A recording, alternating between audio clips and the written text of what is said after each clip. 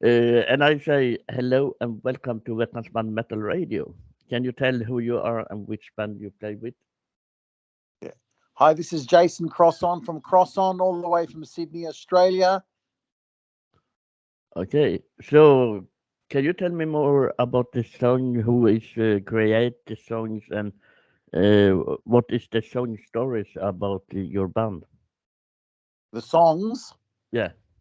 Well, I do all the writing, so I generally demo for about 12 months in my home studio, and once the songs are all demoed, I give them to the musicians, and we sort of head into the studio and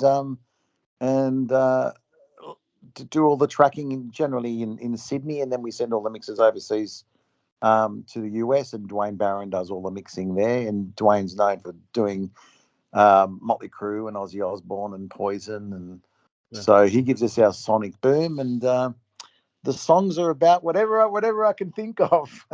Okay. So, what is the stories? Can you tell me something about the song? What is the story about the last song you made? The last album. Yeah.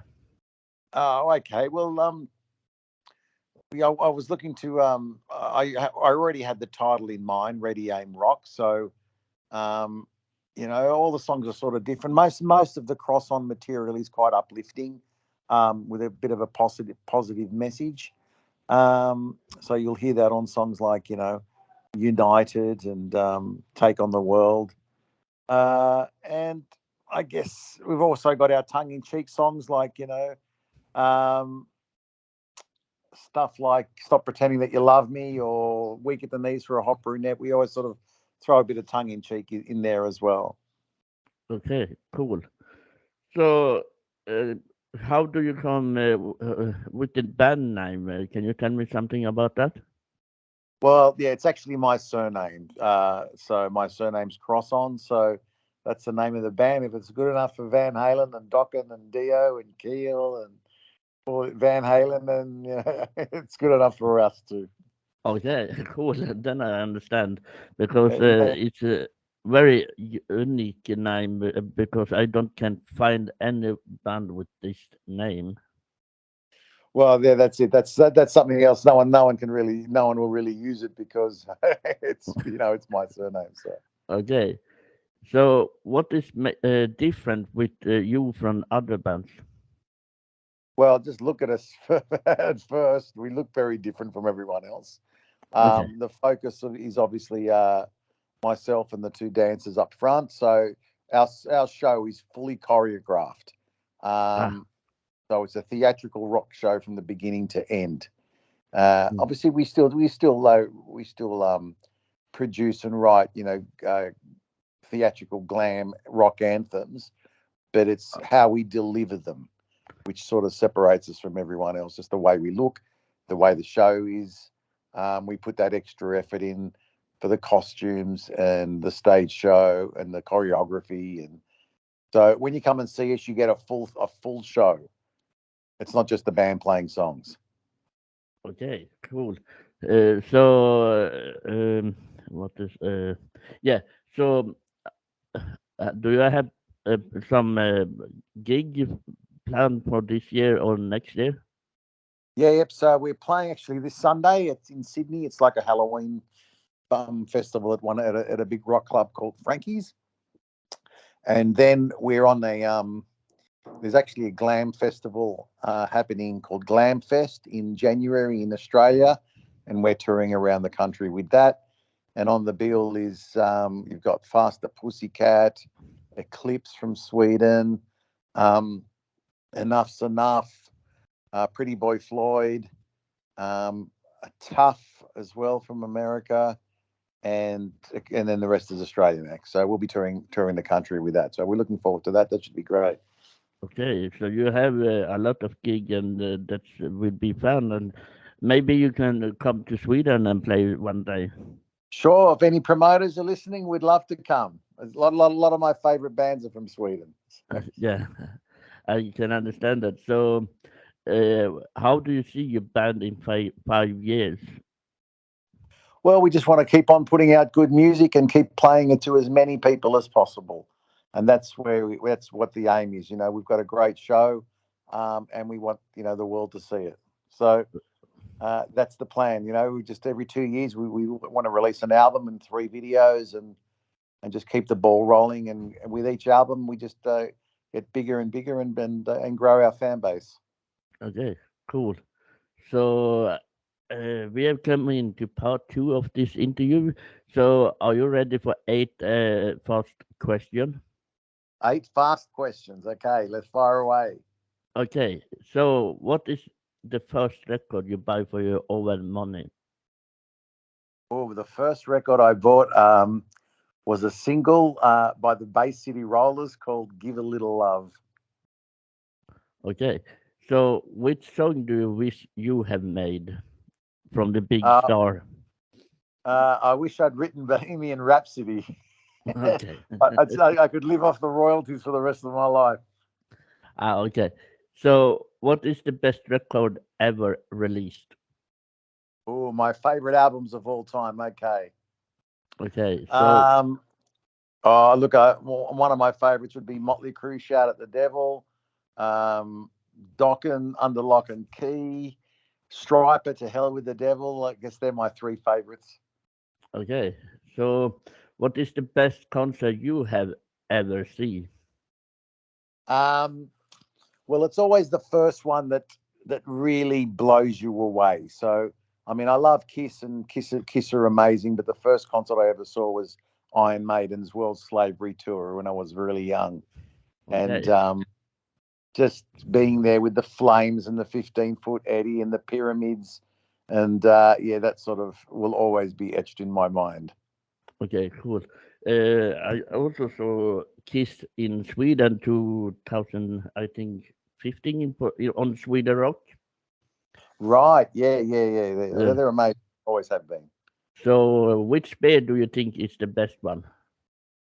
Well, if there was no Kiss, there'd be no Cross on. So, um, as far as my loyalty goes, I mean, I love bands like Motley Crue and Scorpions and Dokken and Vandenberg and Iron Maiden, but my favorite is Kiss. So yeah, Okay. they give they with with their image that they put together. That's the reason I've put it together, this band with this sort of image, because Paul Stanley once said they put together the band they wanted to Uh, see, and that's what I did. I went, okay, what do okay. I want to see? I want to see theatrics. I want good costumes. I want sexy girls up on stage. So we've basically done that. So taken that philosophy and applied it to Cross Song. Yeah, I can understand that. So which which is the most underrated band in the whole world? The most underrated Yeah. Cross Song. Um, oh, look, there's a lot of bands that I love that I grew up with that sort of I thought should have been bigger, like Vandenberg and Icon. Um, and there's some great bands out there at the moment. Some younger, like there's a great band in Sweden that I love called Grand Design. Um, I think they're amazing. Also, I love Heat and Eclipse, and Sweden's been putting out some amazing bands over the last 10, 15 years. Okay, cool. Because I don't know the band, so I need to check it out. Oh, yeah, Heat, Eclipse, Grand Design, Crazy Licks. Yeah, there's some great Swedish bands out there. Oh, you said Crazy Leaks. Oh, yeah, that's band I know. Sorry. Uh, so can you say a record people don't think you like? A record that I don't like. Yeah, or you like, but people not know you like. Oh, something that I like that no one knows about. Yeah. Um, oh wow, I think I mean even stuff like the ones I just mentioned to you. Bands like Grand Design are great. I think there's another Swedish band called Lips, Lipz. I'm discovering stuff all the time. Okay. So that's the great thing about Spotify. You could be listening to something, and then all of a sudden, oh, you might like this, and then you're following all these new bands. So Yeah, there's a lot of stuff out there at the moment. Yeah, okay. So, what do you think is best, big or small scenes? Small scenes, as in like concerts. Yeah, Oh, okay. Look, a nice intimate venue, like a small venue. Obviously, there's a lot of energy there. But I mean, I don't mind seeing a band in like, a 5,000 seater. I recently saw Steel Panther because you can put on your show. If you're in a small little club, you can't, use all the fireworks and the smoke and the backdrops and the videos. So I think as a band grows, the larger the venue grows. I mean, stadiums obviously, if you if you're sitting at the back, you can't really see much. okay. Because a lot of bands say small scenes because it will be more closer the crowd. Sure, look, it's I like to play to as many people as I possibly can. So we love playing small clubs that are packed, but it's also you want to play to a bigger audience as well. So the big as you start getting larger and playing to a bigger scale, then that's obviously the dream as well to big crowds and big audiences. Okay, cool. So we are coming to the part three of this interview, and that's our every band I talking with give a question for next band.